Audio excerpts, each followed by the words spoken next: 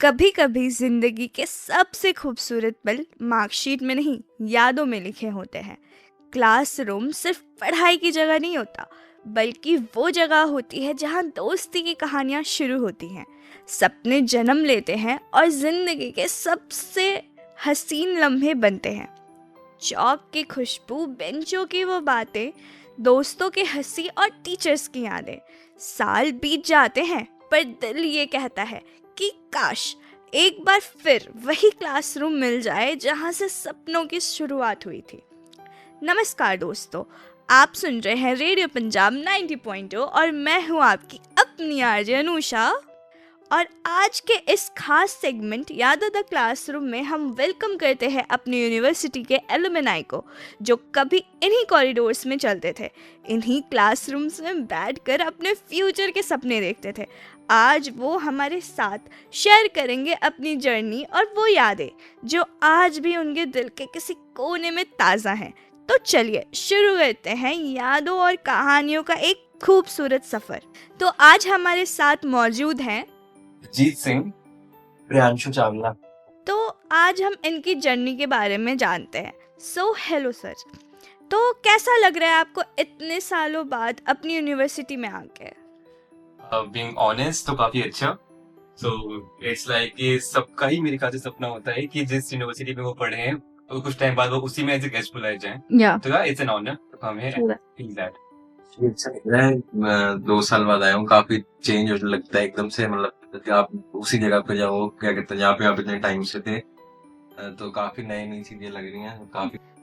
तो कोई ऐसी याद जो आज भी दिमाग में बिल्कुल फ्रेश है और जिसे याद करके ऑटोमेटिकली आपके फेस पे स्माइल आ जाए? तो हाँ, काफी सारी मेमोरीज है ऐसी जो कि दिमाग में रह गई हैं, एज ए पिक्चर वो दिमाग में ही रह गई हैं। तो लाइक जब भी हमारे सेमेस्टर ब्रेक होते थे, हम तो जब हम, क्योंकि हमें यहाँ से एक हिल स्टेशन काफी पास पड़ते थे, तो हमेशा जब भी लॉन्ग वीकेंड आया तो हमने हमेशा हिल स्टेशन पे जाके एंजॉय करना, वो मेमोरीज जो है वो कभी नहीं भूलती। एंड पेपर एग्जाम से पहले जब हम सारे एक ही रूम में बैठ के इकट्ठे रखे होते थे, जैसे पता नहीं हमें मोर्चा फतेह करना है, उस तरीके से जब हम बैठते थे, पूरी पूरी रात बैठ के हम पढ़ाई कर रहे, पढ़ाई साथ में कर रहे, फिर उसके बाद ब्रेक लेके भी साथ में भारी। तो वो जो एग्जाम से पहले का टाइम होता था, जब हमें पता है कि अगले दिन हमें एग्जाम देना है और फिर भी हम साथ बैठे हैं, लेकिन मस्ती के साथ पढ़ाई भी करनी है, तो वो जो टाइम था, वो टाइम हमेशा याद रहेगा। आई गेस प्रियांशु सर के पास बहुत अच्छी मेमोरी आई थी, तो आप शेयर करना चाहते हो चीज? मैं बताता हूँ, जैसे हम क्लास के अलावा एफआर में बहुत जाते थे बैठे।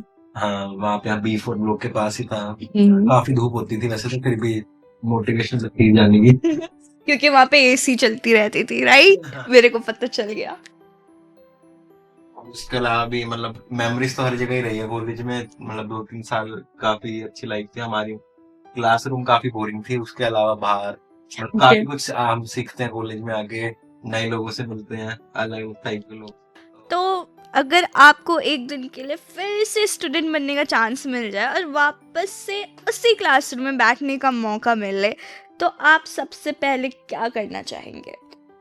क्लास से उठ के इस पे तो मैं पास जाएंगे, मतलब बंक मारेंगे? क्योंकि मेमोरीज क्लास के अंदर तो जो चीज होती है, लेकिन आप क्लास के बाहर कैंपस में, क्योंकि हम ऐसे थे कि हम सोशलाइज करते थे हमेशा, तो इट्स लाइक कि हमें हमेशा होता था कि अलग अलग एक्टिविटीज में जाएं और अलग अलग क्लब्स में जाएं, अलग अलग लोगों से मिलें। तो सबसे पहले क्लास में बैठने का मौका मिलेगा तो हम क्लास से बाहर निकलेंगे।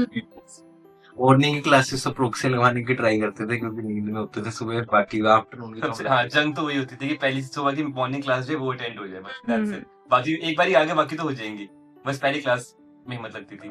तो यूनिवर्सिटी लाइफ में ना एक ऐसा मोमेंट भी होता है जब हमें लगता है कि हम सच में ग्रो हो रहे हैं। क्या आपके लाइफ में भी कोई ऐसा टर्निंग पॉइंट या मोमेंट था जो आपके करियर या पर्सनैलिटी को शेप कर गया? या श्योर। सो मैं एक इसरो के कंपटीशन से उस टाइम पे इंटीग्रेटेड था। सो मैं उनके लिए कैंसर डेवलप कर रहा था। तो उसके इंस्पेक्शन के लिए वहां से साइंटिस्ट आए थे, and when they saw my design at that time, मैं 30 में था उस time, at that time they said that, are you faculty over here? That was a line that like really pinched me in the depth, so it sounded like कि हाँ growth तो big achievement for you. And what about you? तो मतलब काफी मेरे class में ना काफी मुझे लगता था सबसे इंटेलिजेंट लोग मेरी क्लास में ही है, और मतलब तो मैं तो इतना इंटेलिजेंट था नहीं, तो मुझे लगता भी नहीं था कि मैं इन सब के साथ कम्पीट कर पाऊंगा। मेरी तो सेकंड ईयर में 4 बैक भी आई थी, फिर भी उसके बाद भी मेरा क्लास में सबसे हाईएस्ट पैकेज लगा एट द एंड, और भाई सबसे and I think that's what really matters. ये स्किल्स के ऊपर ध्यान देना बहुत ज़रूरी है। एंड अब बात कर ली हमने स्किल्स के बारे में, तो आप अपने जूनियर्स को क्या एडवाइस देना चाहोगे कि वो किस स्किल्स के ऊपर फोकस करें? स्किल्स के लिए लाइक हमारी जैसी फील्ड है मैकेट्रॉनिक्स एंड बाकी सारी भी सीएससी हो गई और अदर नॉन टेक्निकल हो गई, तो फील्ड्स बहुत सारी हैं, एक पर्टिकुलर फील्ड में ब्रांचेस बहुत सारी हैं एंड लोग ज्यादातर हर ब्रांच को एक्वायर करने में कंफ्यूज हो जाते हैं, तो वो कंफ्यूज रहते हैं कि हम किस डोमेन में एक्चुअली जाएं।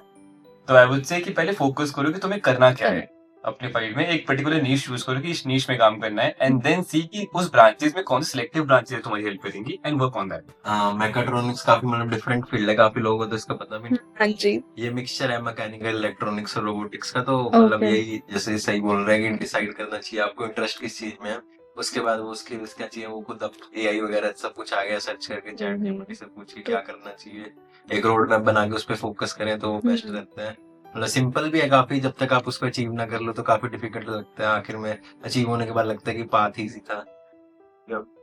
अगर आप अपने यंगर सेल्फ को, जो कि उस वक्त में क्लासरूम में वो बैठता था, उसको एक एडवाइस देना चाहें तो आप क्या कहना चाहोगे? एडवाइस यही रहेगी कि जो चीजें क्लास से हटके करी और सोचा कि हाँ कि ये करने से मेरी क्लास, जो एक गिल्ट आता था माइंड में कि अगर मैं ये सब चीजें अटेंड करूँ, मेरी क्लासेस अगर सेक्रीफाइस हो रही हैं या फिर मेरे ग्रेड्स थोड़े से सेक्रीफाइस हो रहे के कारण, तो शुड आई डू इट और नॉट, वो गिल्ट लेने की जरूरत नहीं थी। तो चलिए अब इंटरव्यू को थोड़ा सा और फन बनाते हैं और शुरू करते हैं एक छोटा सा क्विक फायर राउंड। मैं आपसे कुछ शॉर्ट और इंटरेस्टिंग क्वेश्चंस पूछूंगी और आपको बस जो सबसे पहला आंसर दिमाग में आता है वो बताना है, ओके? तो सबसे पहला सवाल, फ्रंट बेंच या फिर बैक बेंच? आपका फेवरेट स्पॉट कौन सा था? ओके। तो कैंटीन का फेवरेट स्नैक क्या हुआ करता था जो आप क्लास के बीच में भी मिस नहीं करते थे? Lemon chicken roll, rock and roll. Oh my God. Okay, and what about you? Same साथ। अगर आपको अपने कॉलेज डेज का एक सॉन्ग चूज करना हो जो उन यादों को परफेक्टली डिस्क्राइब करे, तो वो कौन सा सॉन्ग होगा? छिछोरे का था वो दिन भी क्या दिन थे।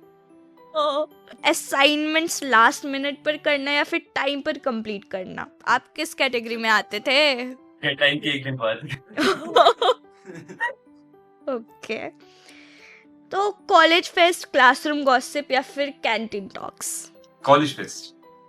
Canteen talks. चलो लास्ट क्वेश्चन, अगर आपको एक दिन के लिए फिर से स्टूडेंट बनने का चांस मिले तो आप सबसे पहले क्या करना चाहेंगे एज अ स्टूडेंट? सब दोस्तों को सब रिकनेक्ट हाँ जी। के साथ एक टाइम स्पेंड करना काफी अच्छा लगेगा एकदम से। सबसे पहले हम ब्रेक का वेट करेंगे और ब्रेक होते ही कैंपस के टूर पे चलेंगे।